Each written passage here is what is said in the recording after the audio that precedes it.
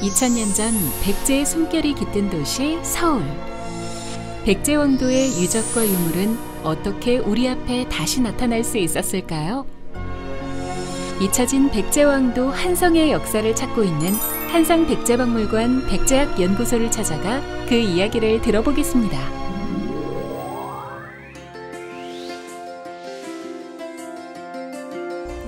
이곳은 한성백제박물관에 있는 여러 부서 중 백제학연구소라는 곳입니다. 발굴조사팀에서는 백제왕도 유적에 대한 발굴조사를 진행하고 있는데요. 현재는 서울 몽촌토성 발굴조사와 서울 석촌동 고분군 발굴조사를 진행하고 있습니다. 학술연구팀에서는 백제학과 관련된 학술활동, 간행물 발간, 그리고 학술회의 등을 진행하고 있습니다. 백제 한성도읍기의 역사를 찾고 있는 한성백제박물관 백제학연구소는 2013년부터 백제왕성인 몽촌토성을, 그리고 2015년부터는 백제왕실묘역인 석촌동 고분군을 발굴하고 있습니다. 오늘은 석촌동 고분군의 발굴 현장으로 찾아가 봅니다. 이곳은 저희 백제학연구소에서 발굴조사 중인 서울 석촌동 고분군 발굴조사 현장입니다.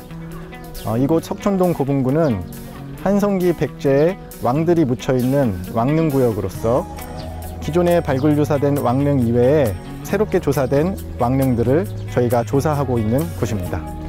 그럼 지금부터 이곳에서 과연 어떻게 발굴조사를 하고 어떻게 유물들을 복원하는지 구체적으로 알려드리도록 하겠습니다. 저를 따라오시죠.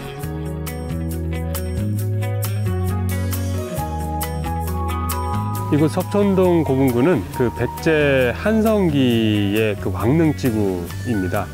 몽촌토성과 풍납토성이 그 백제 한성기의 도성이라고 한다면 그와 짝을 이루는 그 왕릉지구라고 볼 수가 있습니다. 현재 저희 발굴조사 현장에서 그런 적석종들이 많이 확인이 되고 있고요. 그 이외에 땅을 파고 목관과 목곽을 써서 만들어 놓은 그런 토강 운무덤들, 이런 것들이 확인이 되고 있습니다. 이곳에서 나오는 그 토기들은 백제 한성기의 그 4세기, 5세기 때의 그런 토기들과 그 유물들이 집중적으로 출토되고 있습니다. 그 고분 주변에서는 제사를 지냈던 그런 터도 확인이 되고 있는데, 이제 무덤과 무덤 사이에 새로 단을 쌓고 거기서 여러 가지 제사를 지내고 제사에 썼던 그 토기들을 그곳에 폐기하는 그러한 흔적도 확인되고 있고요. 어떤 곳에서는 이렇게 돌로 잘 무덤방 같이 그런 구조를 만들고 거기에 아마 기와를 얹었던 그 건물도 있었던 것 같습니다.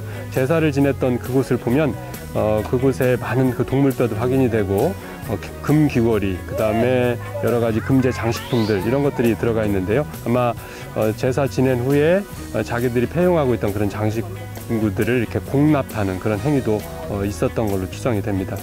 이와 같은 발굴 내용은 현장 설명회를 통해서 전문가 자문을 듣고 연구자들과 주민들에게 발굴 과정과 다양한 정보를 발표하여 주민들이 발굴에 대해 이해하고 마찰을 예방하는 다양한 노력을 하고 있습니다.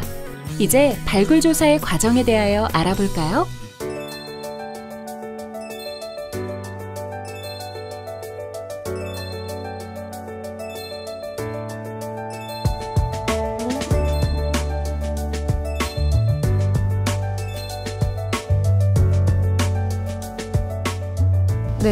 발굴 조사를 먼저 본격적으로 착수하기에 앞서서 제일 먼저 하는 것이 유적의 범위를 확정하는 것입니다. 유적의 범위를 확정하기 위해서는 전문 측량 장비를 사용해서 우리가 발굴 조사해야 되는 부분을 정확하게 구획하는 것이 그 첫 단계입니다.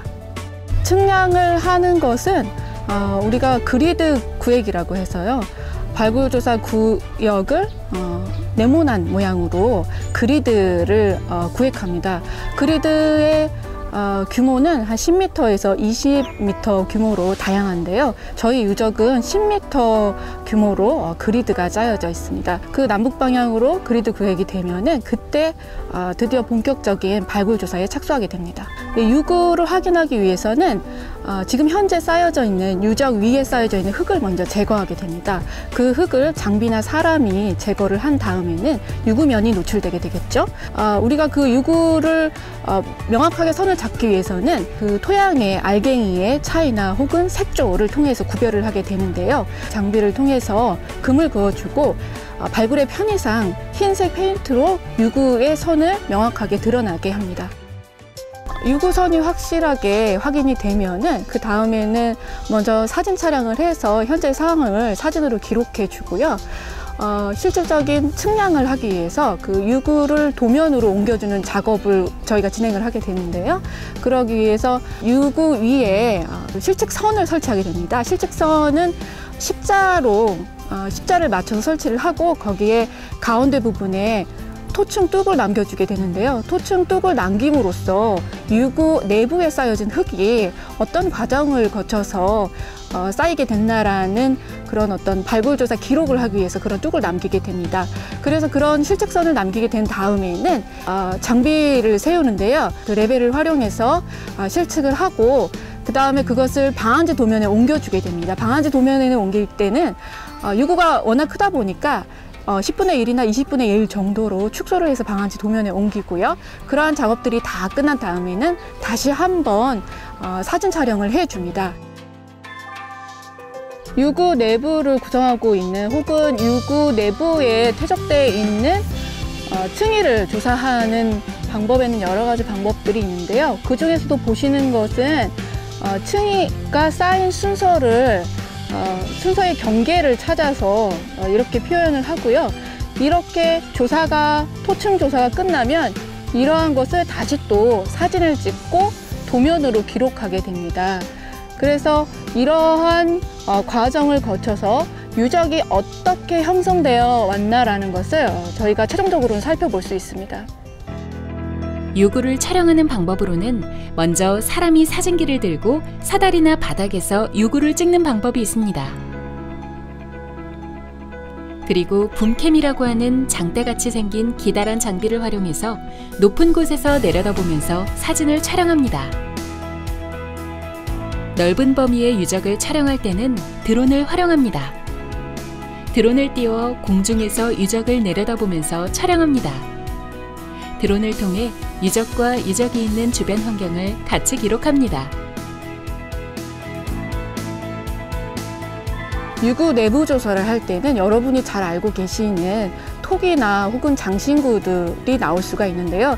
이런 것들을 딱딱한 도구로 발굴을 하게 되면 유물들이 다칠 수가 있어요. 그래서 유물이 훼손되지 않게 저희가 사용하는 도구들이 있는데요. 그런 것들이 트라울이나 홈이나 혹은 데칼이나 또 붓등이 있습니다. 그래서 붓등을 활용해서 토기의 주변을 먼지를 제거해주고 흙을 또 트라울이나 이런 것들로 흙을 또 제거해 줌으로써 유물을 본격적으로 수습을 하게 되면은 유물 상자에 담아서 우리 현장에 응급 보존 처리를 할 수 있는 공간으로 옮겨서 거기서 세척을 시작하게 됩니다.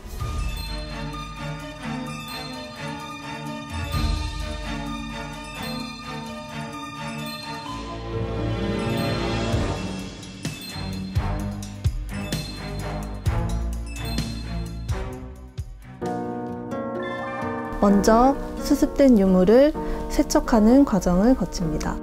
붓 등의 도구를 통해서 세척한 유물은 완전히 건조시킵니다. 파편으로 수습된 유물은 접착제를 이용하여 붙인 다음 빈틈이 있는 부분은 합성수지를 이용해서 메우는 작업을 합니다. 이러한 일련의 과정을 거쳐서 현장에서 수습된 유물들은 1차적인 복원의 과정을 마치게 됩니다. 이후 연구소로 유물을 이동하여 미비했던 복원 작업을 마치게 됩니다. 복원 작업을 마친 유물들은 목록 작업을 하고 목록 작업이 완료된 유물들은 임시 수장고에 보관되게 됩니다.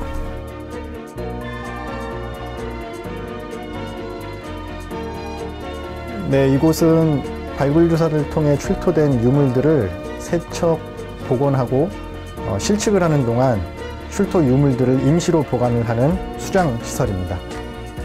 이곳에는 현장별로 출토된 유물들을 각각 나누어서 보관을 하고 있는데요. 이렇게 온도와 습도에 민감하지 않은 토기류들은 이런 선반에 흔들리지 않게 손포 등을 이용해 고정을 해서 안전하게 보관을 하고 있습니다. 이곳에는 습도와 온도에 민감한 철기들이 보관되어 있는데요. 발굴조사를 통해 출토된 철기들을 보존 처리 과정 후에 이렇게 보관을 하고 필요에 따라서 수시로 꺼내서 실측 그리고 유물 촬영 등을 진행을 하고 있습니다. 이곳은 발굴조사 후에 들어온 출토 유물을 세척 및 복원 후에 유물을 실측하는 공간입니다. 유물 실측은 실측 도구를 사용하여 방한지에 유물의 평면과 단면 및 유물 제작 기법 같은 특징을 그리는 작업을 말합니다. 실측 후에는 문양이 있는 유물 같은 경우 먹을 이용하여 탁본을 치고 전자도면화하여 발굴조사 보고서에 수록되게 됩니다. 발굴 유물들은 발굴 보고서에 수록이 되게 됩니다. 수록이 되기 위해서는 유물에 대한 사진 촬영이 반드시 필요한데요. 그에 맞춰서 마치 스튜디오에서 사진을 촬영하듯이 전문 장비, 다시 말해서 조명이라든가 전용 렌즈 등을 사용해서 복원된 유물에 대한 전체적인 사진, 그리고 개별 유물의 특징적인 부분을 확대해서 찍는 사진 등등 여러 가지 사진들을 자세하게 찍어서 보고서를 통해서 유물을 관찰하시는 분들이 보다 면밀하게 유물에 대한 내용들을 확인하실 수 있도록 그렇게 사진 촬영을 진행하고 있습니다. 지금 하고 있는 작업은 현장에서 작성한 도면을 연구소로 가져와 스캔을 하고 그것을 일러스트레이터라는 프로그램을 통해서 디지털화시키는 작업입니다. 이 작업을 통해 나중에 보고서에 수록이 될 예정이고요. 이는 전공자들과 대시민들에게 공개되어 향후 역사를 밝히는 데 큰 도움이 될 것입니다.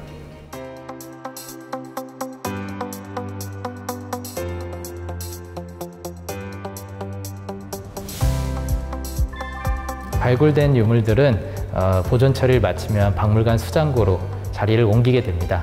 박물관 수장고에 있던 유물들은 전시실로 나와서 관람객을 맞이하게 됩니다.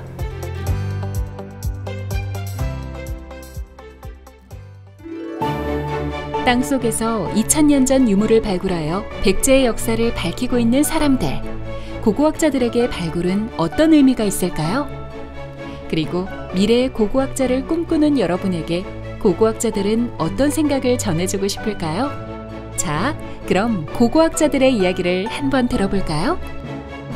오랜 시간 땅속에 묻혀있던 유물을 수습하는 과정이 까다롭고 조심스러울 때도 많습니다. 하지만 어렵고 힘든 과정을 통해서 수습된 유물을 최종적으로 박물관에 전시된 모습으로 보았을 때 매우 뿌듯함을 느끼고 역사의 한 부분을 내가 추론해서 만들어 갈 수 있다는 점이 굉장히 매력적인 학문이거든요.